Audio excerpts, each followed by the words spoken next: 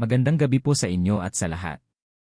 Gusto ko pong ibahagi sa inyo ang kwento ko at ng taong minahal ko ng sobra, si Leo. Nag-umpisa ang lahat noong 2015 sa isang simpleng coffee shop sa tabi ng university namin sa Manila.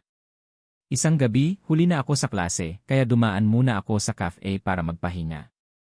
Doon ko siya unang nakita, nakaupo sa sulok, nakasuot ng simpleng gray hoodie, at seryosong nagtatype sa laptop niya. Hindi ko siya kilala, pero sa hindi ko maipaliwanag na dahilan parang tumigil ang oras. Kinabukasan, hindi ko inasahan na makikita ko ulit siya. Pareho pala kaming naka-enroll sa iisang minor subject, at doon ko nalaman ang pangalan niya, Leo. Tahimik siya, tipong hindi pala kibo, pero may misteryong nakakaakit.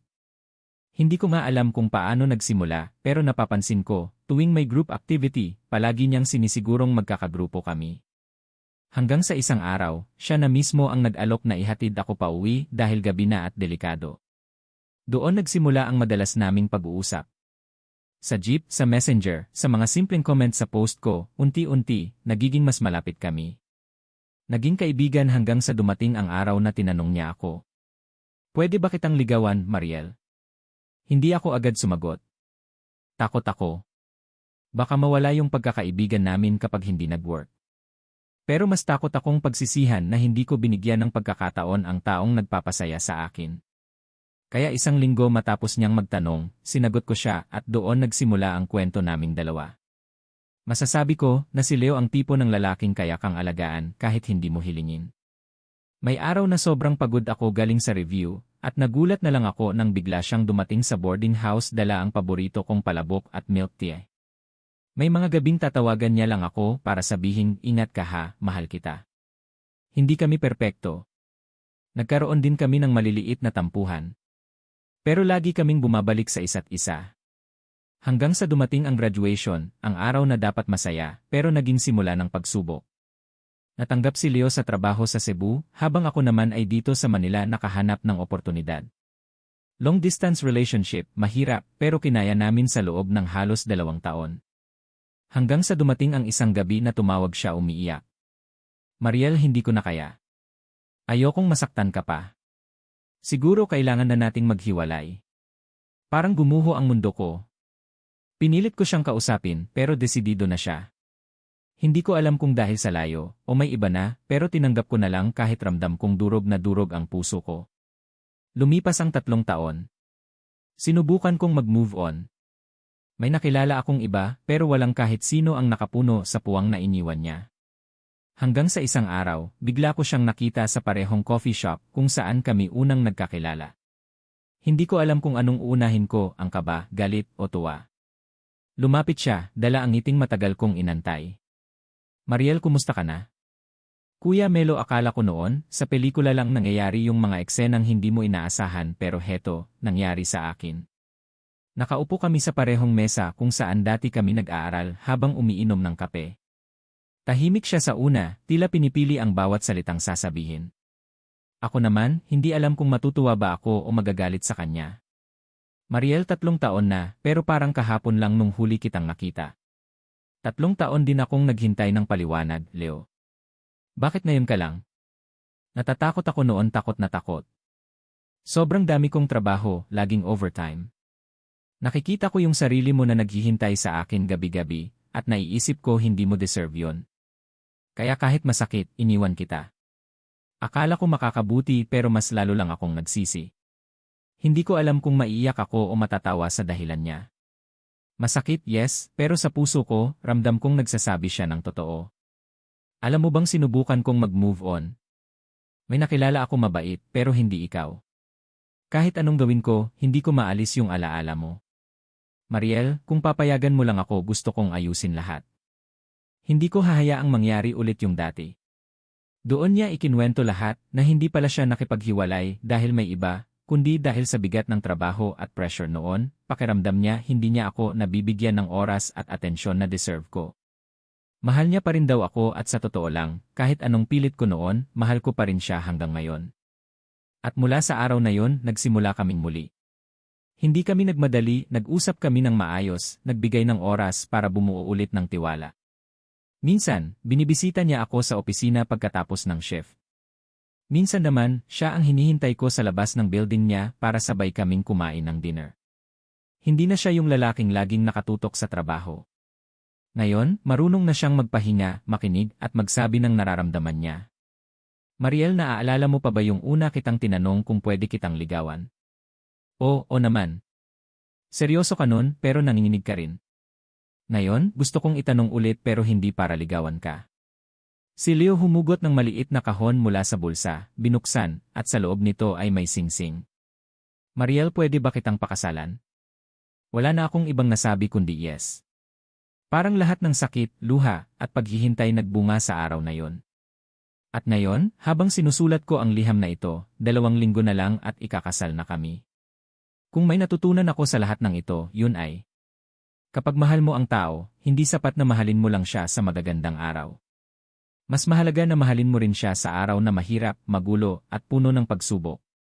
Kasi kapag parehong kumapit, kahit gaano katagal, babalik at babalik kayo sa isa't isa. At sa aming dalawa ni Leo ito ang pangako namin. Mahal kita, kahit muli, kahit paulit-ulit. 2 linggo ang lumipas mula nang mag-propose si Leo. Parang nananaginip lang ako, pero heto, totoo na.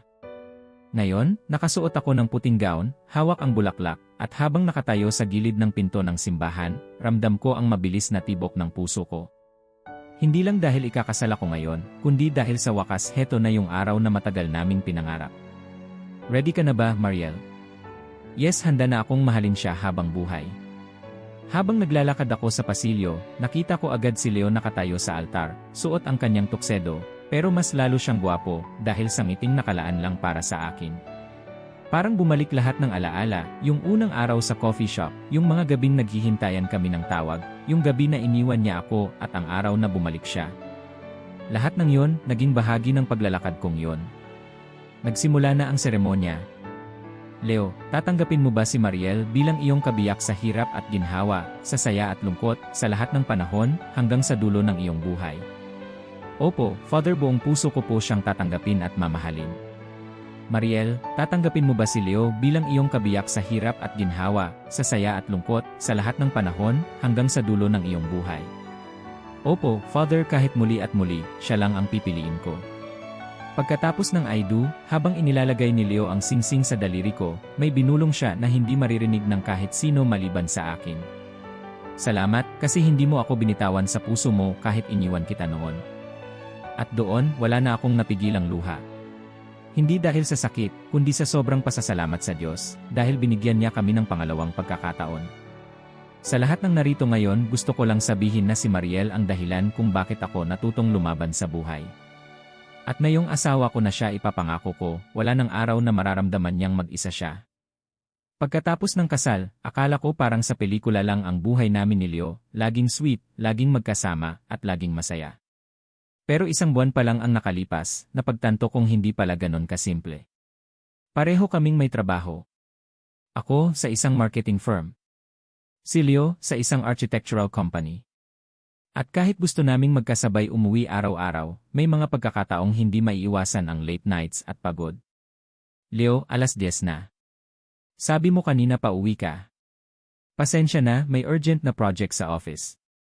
Hindi ko rin gusto na gabihin, Mariel. Alam ko, pero minsan parang bumabalik yung dati, yung laging trabaho ang inuuna mo. Hindi yun ganon. Iba na ako ngayon. Alam kong mali noon, pero ngayon, ginagawa ko lang to para sa atin. Hindi ko maitatanggi na minsan, sumasagi sa isip ko yung nakaraan.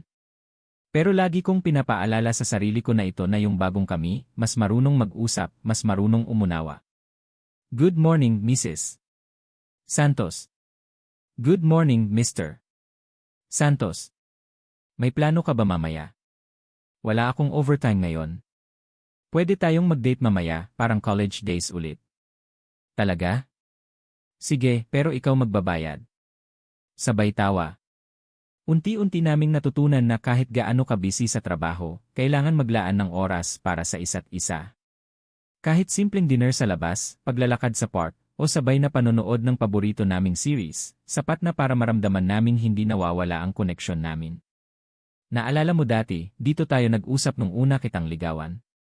Oo, at hanggang ngayon, nandito pa rin tayo. Ibig sabihin, kinaya natin lahat ng pagsubok. Hindi lang kinaya, Mariel. Pinili pa rin natin ang isa't isa araw-araw.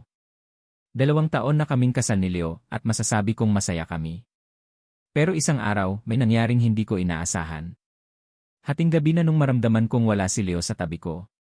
Nakita ko siyang nasa sala, hawak ang cellphone, at tila may ka-text. Nung nilapitan ko, agad niyang inilapag ang phone sa mesa. Sino kausap mo? Si Karen, office mate ko. May tinatanong lang tungkol sa project. Project? 12:00 na ng gabi, Leo.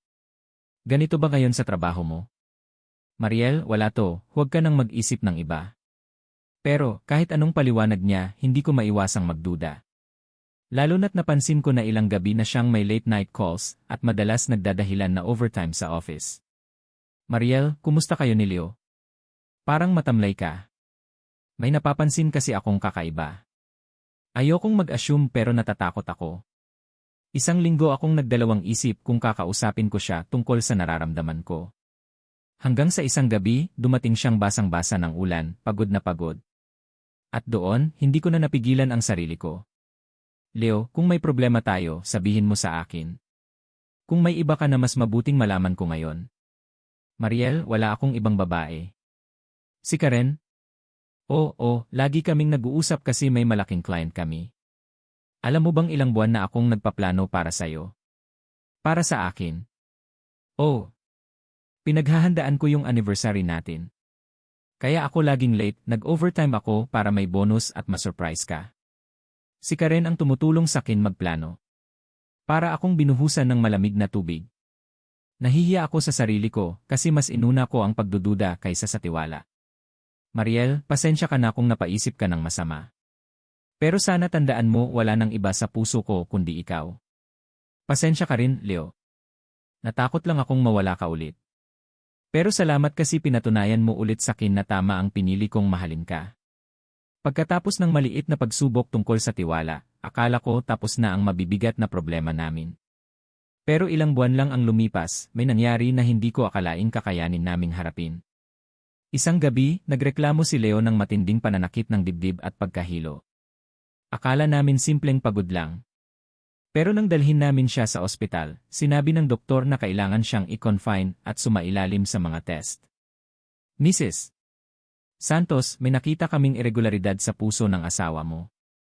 Kailangan nating bantayan at maghanda kung sakaling kailangan ng operasyon. Opo, Dok, gagawin po namin lahat. Parang biglang bumagal ang mundo ko. Yung asawa kong palaging malakas, masayahin, at puno ng sigla ngayon ay nakahiga, maputla, at may nakakabit na dextrose sa kamay. Hay, bakit ganyan ang mukha mo? Para kang iyak. Kasi naman bakit mo kasi tinatago sakin na matagal mo na palang nararamdaman to? Ayaw kitang alalahanin. Alam kong busy ka sa trabaho. Pero ngayon, gusto ko lang sabihin kahit anong mangyari, salamat kasi ikaw ang asawa ko. Leo, huwag mo akong tinatakot. Hindi pa tayo tapos sa kwento natin. 2 linggo kaming pabalik-balik sa ospital. Kada araw, mas lalo kong naramdaman na hindi pera o material na bagay ang sukatan ng pagmamahal, kundi yung pananatili sa tabi ng isa't isa, kahit pa mahirap, kahit pa nakakatakot. Good news, Mrs. Santos. Hindi pa kailangan ng operasyon ni Leo. Pero kailangan ng mahigpit na gamutan at lifestyle change. Salamat po, Doc. Hindi naging madali ang mga sumunod na buwan. Kailangan niyang magbawas sa trabaho, magpalit ng diet, at magpahinga ng mas madalas. At ako? Natutunan kong isantabi minsan ang karir ko para unahin ang kalusugan niya. Pasensya ka na kung hindi kita madadalas maisama sa labas ngayon. Hindi ko kailangan ng mamahaling lugar, Leo. Kahit dito lang tayo sa bahay, basta kasama kita, sapat na. Kaya pala kita mahal kasi hindi ka lang nandito sa magagandang araw, nandito ka rin sa mga panahong mahirap. At doon ko na-realize sa kasal, hindi laging about sa kung gaano kakilig o ka-perfect ang bawat araw.